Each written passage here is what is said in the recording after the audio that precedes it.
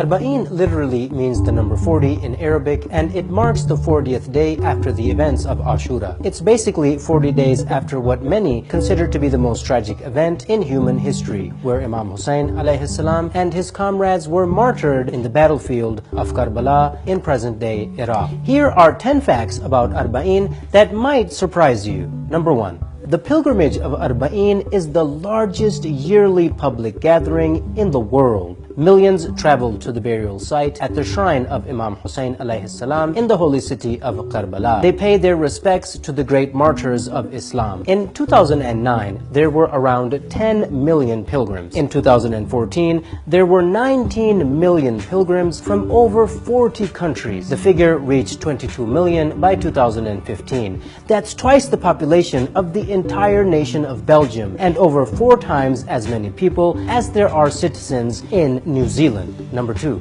According to tradition, the first such gathering took place in the same year that Imam Hussein alayhi salam was martyred. In 61 year Hijri, Jabir ibn Abdullah Ansari, a Sahaba of the Holy Prophet, made a pilgrimage to the burial site of Imam Hussein alayhi salam. According to traditions, Jabir's visit coincided with that of Imam Hussein's successor and son, Imam Ali ibn Hussein Zain al-Abidin, and the surviving female members of the Holy Prophet Muhammad's family. Number 3.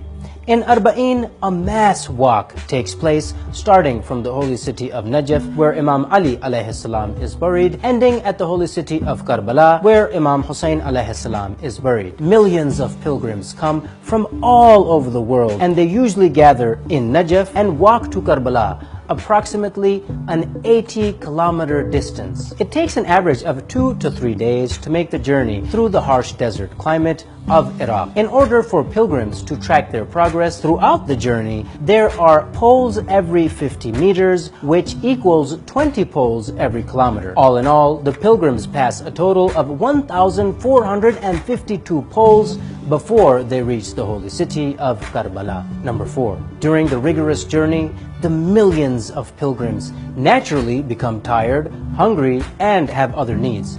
But that's never a problem, because the people of Iraq, with their exceptional hospitality, take excellent care of Imam Hussein's visitors. Incredible supplies of food, small clinics, and even dentists are available for pilgrims, and they all provide their services for free. Doctors and nurses from all around the world, including the country of Iraq, will volunteer to assist the pilgrims wherever they might need help. Along the road to Karbala, many mokibs are set up. These are places of worship, buildings, or tents which are put in place with the aim of providing accommodation, a place to perform prayers, food, beverages, and even medical services, all for free. Number 5. The Arba'in pilgrimage is for everyone, men and women, old and young, poor and wealthy. All will attend the pilgrimage and even the walk. Even many disabled people will also attend to express their admiration and love for Imam Hussein. In fact, the walk is not only for Shias, but for Sunnis as well. And why stop there? In reality, Muslims from all denominations, as well as many non-Muslims and Christians, also attend the Arba'in procession, recognizing Imam Hussein alayhi salam to be a universal symbol of humanity and justice. Number 6. In 2016, the pilgrims took part in the mass pilgrimage of Arba'in despite ISIS Daesh terrorists having attacked Karbala using suicide bombers. And for weeks leading up to the 2016 Arba'in pilgrimage, the media effectively pushed the fear-mongering of terrorists worldwide. But nonetheless, countless pilgrims turned up in large numbers, proving to the world that the terrorists' efforts were futile against the combined efforts of the believers. This is a shining example of masses of people ready to stand up together to oppose tyranny and falsehood, just as Imam Hussein did over 1,000 years ago. Number 7. Arba'in is not only commemorated in Iraq, rather it is commemorated all over the world. For those who cannot make it to Karbala, they organize processions, walks, and commemorations in their own cities. From the UK, United States, Nigeria, India, Pakistan, to many, many other countries all over the world. Globally, Muslims and lovers of Imam Hussein will raise the banners of Imam Hussein, mourn for him, and condemn terrorism and all acts of injustice. So if you can't make it to Karbala, then make sure you attend the procession in your local area. And if one isn't taking place, then you make sure it does. Number 8.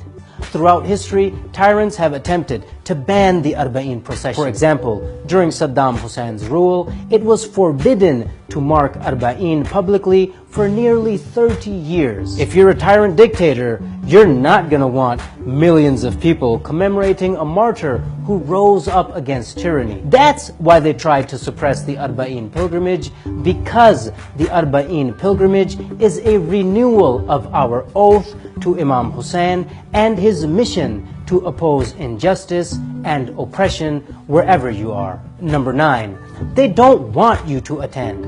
On the one hand, the enemies of humanity use fear tactics like falsely hyping up ISIS-Daesh terrorists to try to stop people from attending. On the other hand, the imperialist Zionist world powers and their takfiri puppets try to make sure that they paint the event of Arba'in as something sectarian in nature, something to do with a specific sect in Islam which does not concern the wider Muslim Ummah and humanity. In other words, they do everything in their power to try and stop you from attending the pilgrimage. The message of Karbala and Arba'in is in fact precisely opposite to what they try to present it as, being sectarian or religion specific. It is in fact universal and all about solidarity, unity, love, mutual respect, empathy, justice, spirituality, camaraderie, individual and societal awakening, and about combining our positive forces against the enemies of humanity.